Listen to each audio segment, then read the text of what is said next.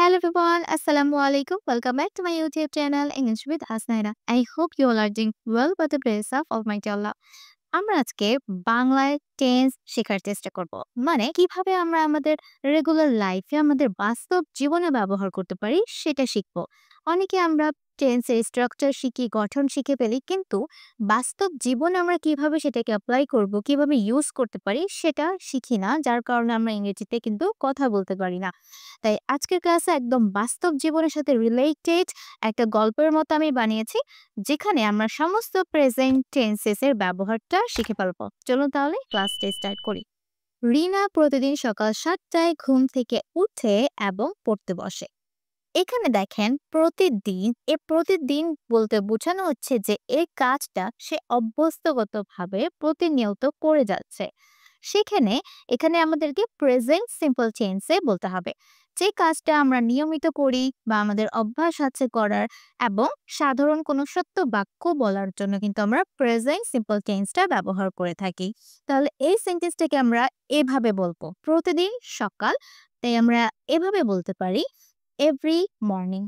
Okay, every morning. Every morning.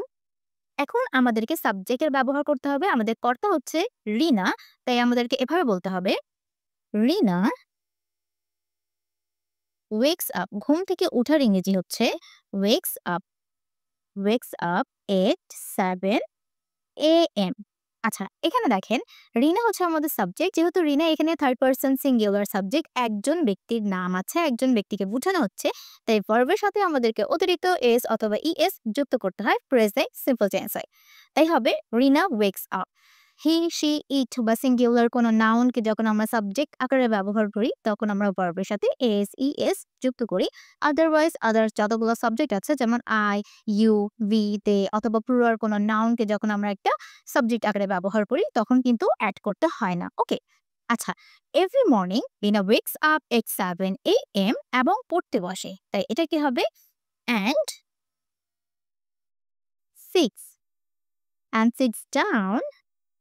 sits down to study. আচ্ছা, এখানে দেখেন স্টাডি কেন হচ্ছে, কেন রিড বলা হচ্ছে না?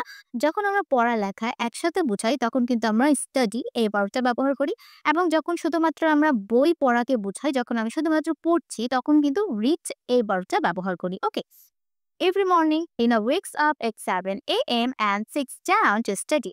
এখানে দেখেন সিটস ডাউন, এখানেও কিন্তু এটাও কিন্তু একটা ভার্ব, বসাও কিন্তু একটা ভার্ব। এজন্য এখানেও কি হবে, ভার্বের সাথে এস যুক্ত করতে হবে, কারণ এখানে কার কথা বলা হচ্ছে, রিনার কথা বলা হচ্ছে। ওকে, তাই বাস্তব জীবনে যখন আমরা দুটো ভার্ব একসাথে ব্যবহার করব এবং আমাদের সাবজেক্ট যদি থার্ড পারসন সিঙ্গুলার থাকে, তখন কিন্তু দুটো ভার্বের সাথে আমাদেরকে এস যুক্ত করতে হবে, এস অথবা es. Okay, Rina wakes up at 7 AM and sits down to study. পড়তে বসে।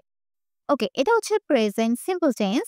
এবার চলে যাই, আচ্ছা প্রেজেন্ট সিম্পল টেন্স কিভাবে বুঝবো আমরা? সাধারণত কোন কোন অ্যাডভার্বস অফ টাইম দেখলে বুঝবো যে এটা প্রেজেন্ট সিম্পল টেন্স? যেমন always, usually, often, sometimes, never, every day, every week, every month, অথবা আমরা বলতে পারি once a week, twice a week, in the morning, in the evening. এই সব অ্যাডভার্বস অফ টাইমে কিন্তু আমরা কি করব, সবসময় প্রেজেন্ট সিম্পল টেন্সটাকে ব্যবহার করব। ওকে, আচ্ছা, তারপর চলে যাই আরেকটা সেন্টেন্স দেখি, তারপর সে কি করে। এখন সে এক কাপ চা খেতে খেতে একটি ইংরেজি বই পড়ছে।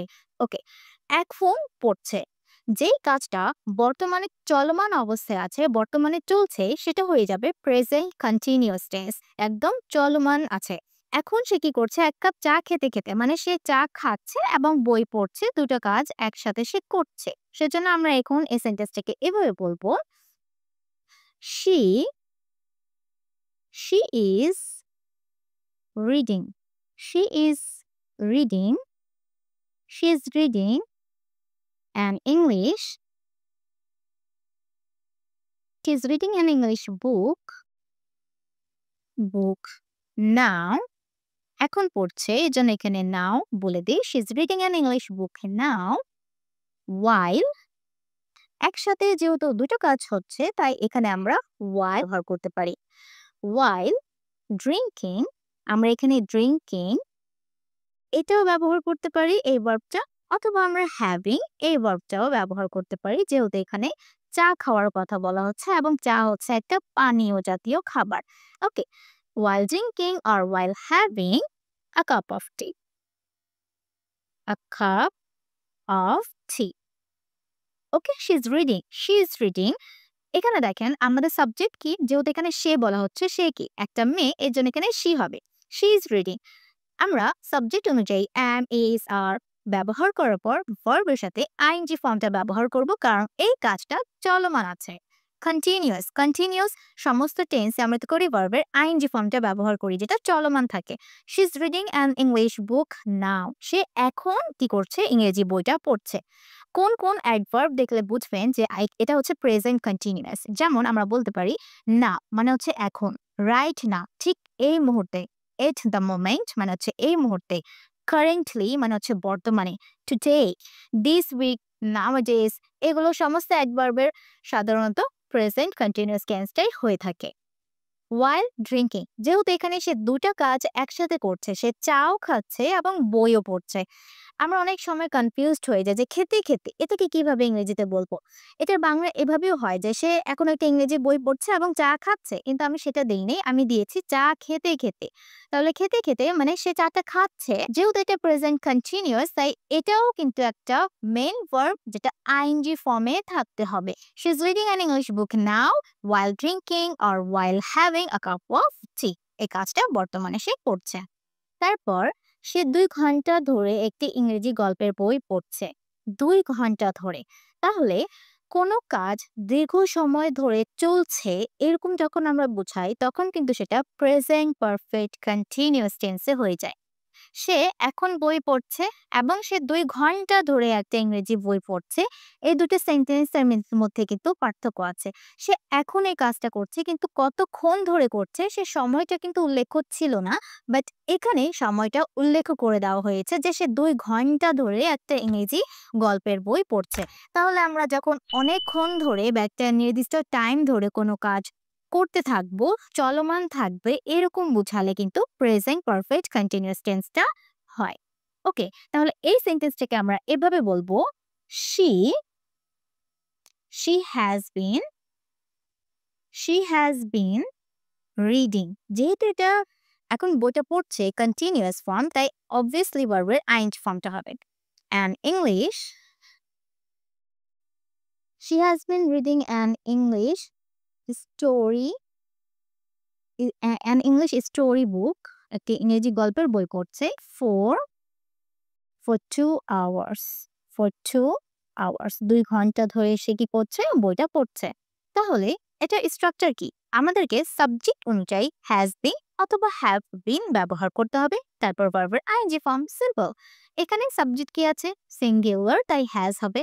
যদি থাকতো আই, ইউ, উই, দে বা প্লুরাল কোনো নাউন, তখন কিন্তু এখানে কি হতো, হ্যাভ হতো।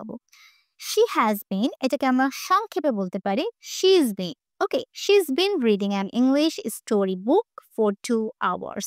অবশ্যই এখানে for অথবা since ব্যবহার করতে হবে, যে কতক্ষণ ধরে বা কোন সময় ধরে সে কাজটা চলে আসতেছে, এখনো বর্তমানে চলছে।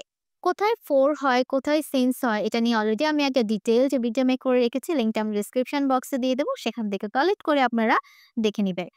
এবং অনেকগুলো টাইম এক্সপ্রেশনস আছে যেগুলো দেখলে আমরা বুঝবো যে এটা হচ্ছে প্রেজেন্ট পারফেক্ট কন্টিনিউয়াস টেন্স। যেমন সিন্স মর্নিং অথবা since 2010, or for 2 hours, for 2 days, all day, all morning মানে হচ্ছে সারাদিন জুড়ে কোনো কাজ হচ্ছে, লেটলি, রিসেন্টলি, অথবা প্রশ্ন করার সময় হাউ লং, কতক্ষণ ধরে এই কাজটা চলছে, এই সমস্ত অ্যাডভার্বে প্রেজেন্ট পারফেক্ট কন্টিনিউয়াস টেন্সটা হয়ে থাকে।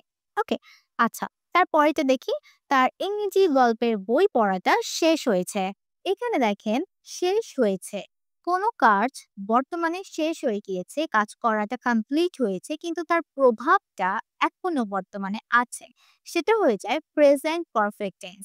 যেমন এই সেন্টেন্সটাকে আমরা এভাবে বলবো, she she has completed। Okay, completed, she has completed her English storybook, her English storybook। অথবা এই সেন্টেন্সটাকে আমরা এভাবে বলতে পারি she has she has finished শেষ হয়েছে she has finished reading reading her English storybook ওকে এখানে দেখেন এই দুটো সেন্টেন্স দুটোটাই কারেক্ট she has completed আমরা এখানে সাবজেক্ট ব্যবহার করার পর সাবজেক্ট অনুযায়ী হ্যাভ হ্যাজ ব্যবহার করে ভার্বের পাস্ট পার্টিসিপল ফর্মটা ব্যবহার করি মনে রাখবেন সমস্ত পারফেক্ট টেন্সে কিন্তু আমরা ভার্বের পাস্ট পার্টিসিপল ফর্মটা ব্যবহার করি এই কাজটা যেহেতু বর্তমানে সে করছিল এবং কিছুক্ষণ আগে কাজটা শেষ হয়েছে তার প্রভাবটা এখনো বর্তমানে আছে এই জন্য এটাকে আমাদেরকে প্রেজেন্ট পারফেক্টে বলতে হবে she has completed her English story book অথবা আমরা এভাবে বলতে পারি she has finished reading her English story book এখন বলতে পারেন যে এখানে রিডিং কেন হচ্ছে এখানে এই রিডিংটা কিন্তু একটা নাউন আকারে কাজ করছে ভার্ব হিসাবে নয় কেন নাউন আকারে কাজ করছে? কারণ এটা জেরেন্টের নিয়ম ফলো করে। যেহেতু রিড হচ্ছে একটা ভার্বকে যখন আমরা নাউন আকারে ব্যবহার করি, তখন কিন্তু সেটা ভার্বের আইএনজি ফর্মে থাকে। এখন এই রিডিংটা কিন্তু এখানে নাউন হিসেবে ব্যবহৃত হয়েছে। আর এই ফিনিশড টা কিন্তু হচ্ছে আমাদের মেইন ভার্ব। ওকে? এটা হচ্ছে আমাদের ভার্ব। যেহেতু এখানে বলা হয়েছে যে পড়াটা শেষ হয়েছে, শেষ হওয়া, কোনো শেষ হওয়া কে ইংরেজিতে আমরা কিভাবে বলি? ফিনিশ। এজন্য বলতে হবে she has finished reading her English storybook অথবা বলতে পারি she has completed her English storybook ওকে আমরা সাধারণত এই সমস্ত একবার ব্যবহার করে থাকি প্রেজেন্ট পারফেক্ট টেন্সের জন্য যেমন এই মাত্র কোনো কাজ হয়েছে জাস্ট অলরেডি ইতিমধ্যে কোনো কাজ শেষ হয়েছে এখনো হয়নি নেগেটিভ ওয়ার্ডের ক্ষেত্রে বা নেগেটিভ সেন্টেন্সের ক্ষেত্রে আমরা yet কে ব্যবহার করি ever, never, recently, so far, this morning, this week, this year এই সমস্ত অ্যাডভার্বের ক্ষেত্রে কিন্তু আমরা প্রেজেন্ট পারফেক্ট টেন্সটা ব্যবহার করে থাকি প্রেজেন্ট সিম্পল টেন্স এমন সময় ব্যবহার করব যেটা কাজ আমরা প্রতিদিন করে থাকি প্রতিদিন ঘটে থাকে তারপর প্রেজেন্ট কন্টিনিউয়াস টেন্সটা আমরা ব্যবহার করব যে কাজটা বর্তমানে চলছে এরকম সিচুয়েশন বুঝালে এমন হচ্ছে কোনো একটা কাজ এবং প্রেজেন্ট পারফেক্ট টেন্সটা আমরা ব্যবহার করব কিছুক্ষণ আগে কোনো কাজ শেষ হয়েছে বুঝালে তারপর অনেকক্ষণ ধরে কোনো কাজ চলছে বর্তমানে চলছে এরকম বুঝালে আমরা প্রেজেন্ট পারফেক্ট কন্টিনিউয়াস টেন্সটা ব্যবহার করব আশা করছি আমরা বুঝতে পেরেছি ভিডিওটা কেমন লেগেছে অবশ্যই আমাকে কমেন্ট করে জানাবেন সবাই ভালো থাকবেন আসসালামু আলাইকুম